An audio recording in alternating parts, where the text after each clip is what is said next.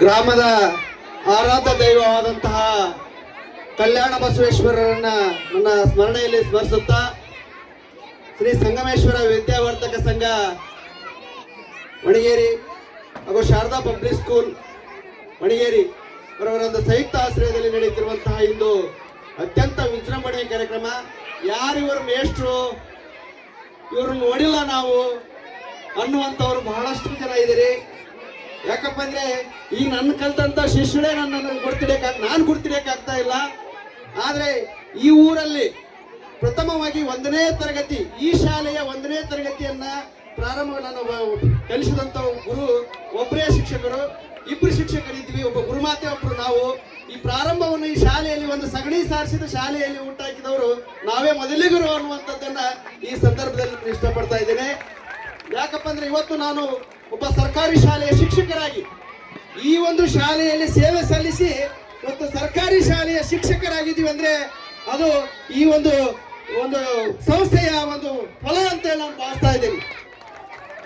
ಯಾಕೆ ನಾನು ಇವತ್ತು ಇಲ್ಲಿ ಬಂದಿದ್ದೀನಿ ಅಂತ ಅಂದ್ರೆ ತಾವೆಲ್ಲರೂ ತಿಳ್ಕೋಬೇಕು, ನನ್ನ ಸೇವೆಯಲ್ಲಿ ಮೊದಲನೇ ಸಪ್ತಾಹವನ್ನು ನೀಡಿದಂತ ಈ ಸಂಸ್ಥೆ ಎಷ್ಟೇ ಕೊಳ್ಳಿ, ಆ ಪಗಾರ ಮುಖ್ಯ ಅಲ್ಲ, ಮೊದಲನೇ ಸಪ್ಪನ್ನು ನೀಡಿದಂತ ಈ ಸಂಸ್ಥೆಗೆ ನಾನು ಋಣ ತೀರಿಸಬೇಕು, ಈ ಶಾಲೆಯಲ್ಲಿ ಕಲಿತಂತ ಮಕ್ಕಳನ್ನ ನೋಡ್ಬೇಕನ್ನುವಂತ ಉದ್ದೇಶದಿಂದ ಈ ಶಾಲೆಗೆ ನಾನು ಬಂದಿದ್ದೀನಿ.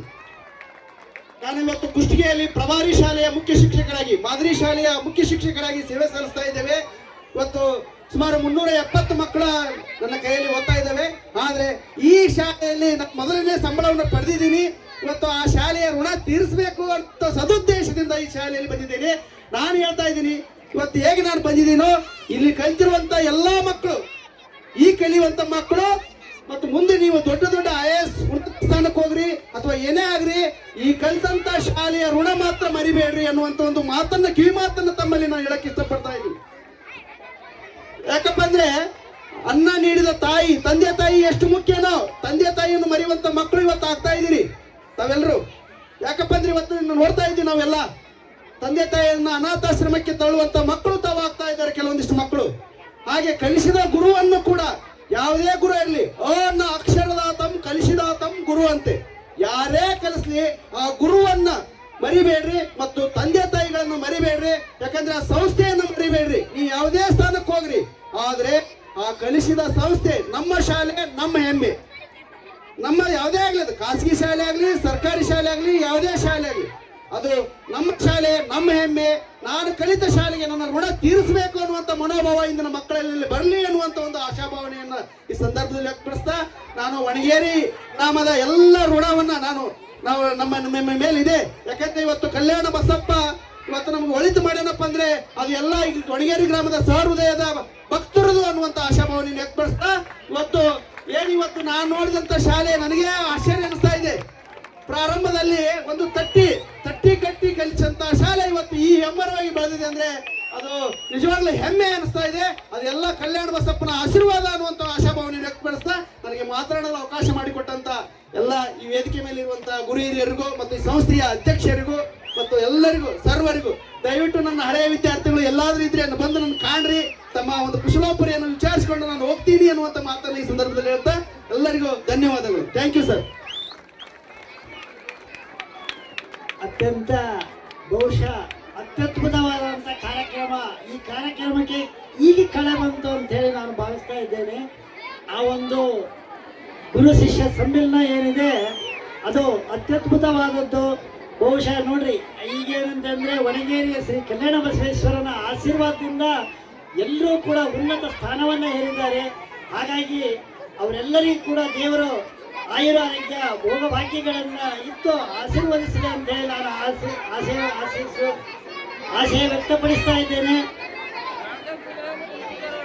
ಇನ್ನೋರ್ವ ಶಿಕ್ಷಕರಾದಂಥ ನಮ್ಮ ಶಾಲೆಯ ಹಳೆಯ ಶಿಕ್ಷಕರಾದಂಥ ಶ್ರೀ ಶರಣಪ್ಪ ಕರಿಗಾಲ್, ಇವರು ಕೂಡ ತಮ್ಮ ಅಭಿಪ್ರಾಯವನ್ನು ವ್ಯಕ್ತಪಡಿಸಬೇಕಾಗಿ ವಿನಂತಿ. ಓಂ ಶ್ರೀ ಗುರುಬಸವ ಲಿಂಗಾಯ ನಮಃ.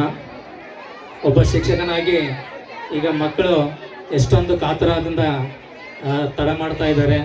ಅವರ ಚಡಪಡಿಕೆ ಏನು ಅಂತಕ್ಕಂಥದ್ದು ನಮಗೆ ಬಹಳಷ್ಟು ಚೆನ್ನಾಗಿ ಗೊತ್ತಿರೋದ್ರಿಂದ ನಾನು ಬಹಳ ಸಮಯವನ್ನು ತೆಗೆದುಕೊಳ್ಳೋದಿಲ್ಲ.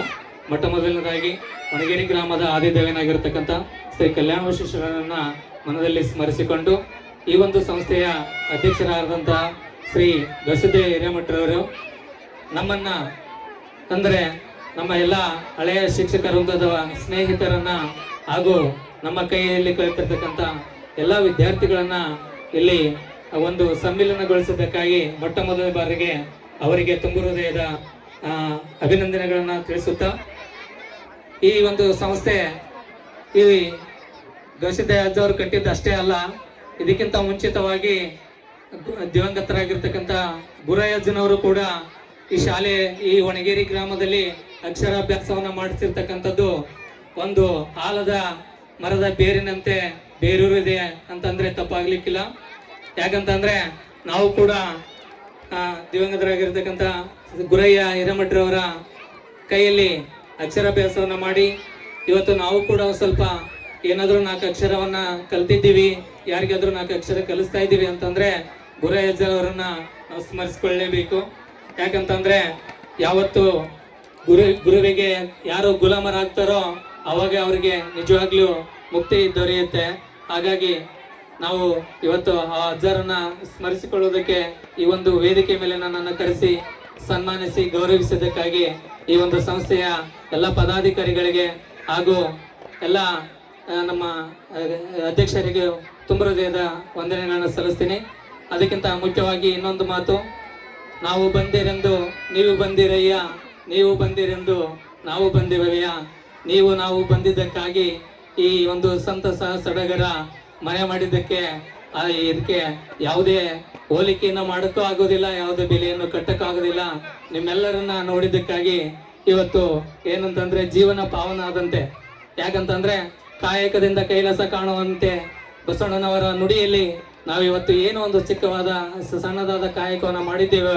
ಆ ಕಾಯಕದಲ್ಲಿ ನೀವೆಲ್ಲರೂ ನಮ್ಮನ್ನು ಸ್ಮರಿಸಿಕೊಂಡು ನಮ್ಮನ್ನು ನೆನಪಿಸಿಕೊಂಡು ಇಷ್ಟೆಲ್ಲ ನಮಗೆ ಗೌರವ ಕೊಟ್ಟಿದ್ದಕ್ಕಾಗಿ ಮತ್ತೊಮ್ಮೆ ಮುಗದೊಮ್ಮೆ ತಮ್ಮೆಲ್ಲರಿಗೂ ಹಾಗೂ ವಣಗೇರಿ ಗ್ರಾಮದ ಎಲ್ಲ ನನ್ನ ಅಕ್ಕ ತಂಗಿಯರು ಅಣ್ಣ ತಮ್ಮಂದಿರು ಹಾಗೂ ಎಲ್ಲ ಹಿರಿಯರಿಗೂ ನಮಸ್ಕರಿಸುತ್ತಾ ನನ್ನ 2 ಮಾತುಗಳನ್ನು ಮುಗಿಸ್ತೇನೆ.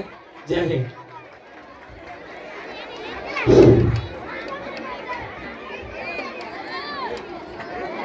ಹಳೆಯ ಶಿಕ್ಷಕರಾಗಿ ಈ ಶಾಲೆಗೆ ಸೇವೆ ಸಲ್ಲಿಸಿದಂಥ ಶ್ರೀ ಶರಣಪ್ಪ ಕರಿಗಾರ ಅವರಿಗೆ ಅವರ ತಮ್ಮ ಅನುಭವವನ್ನು ನಮಗೂ ನಿಮಗೂ ಧಾರೆ ಎರೆದಿದ್ದಾರೆ.